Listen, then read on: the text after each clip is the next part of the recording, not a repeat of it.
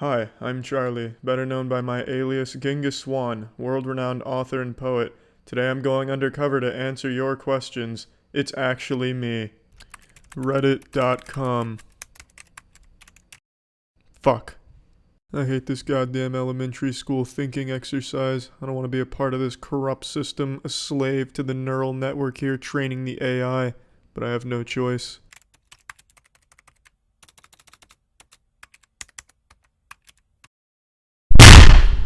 Quoara.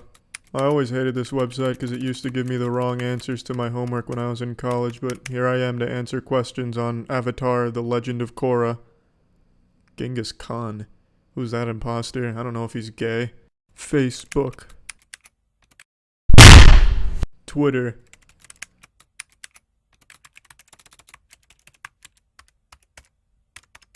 All I Want for Christmas is The Man Who Forgot How to Poop by world-renowned author and poet Genghis Swan.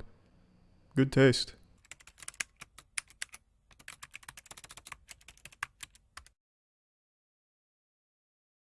Boy, oh boy, this was a lot of fun. This is Genghis Swan, and this is actually me.